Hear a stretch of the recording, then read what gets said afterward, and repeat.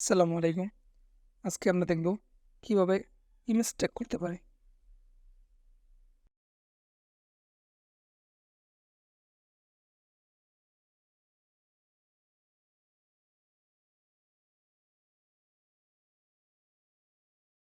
এর জন্য আমরা উইন্ডো থেকে ইমেজ ট্যাগ অপশনটি নিয়ে আসব। তারপর ইমেজটাকে সিলেক্ট করে প্রিভিউ অপশনে ক্লিক দিব।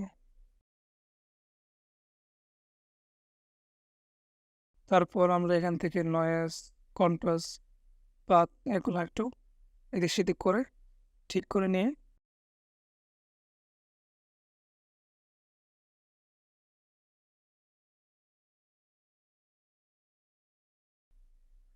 এক্সপ্যান্ডে ক্লিক করে ইমেজটাকে এক্সপ্যান্ড করে নিই।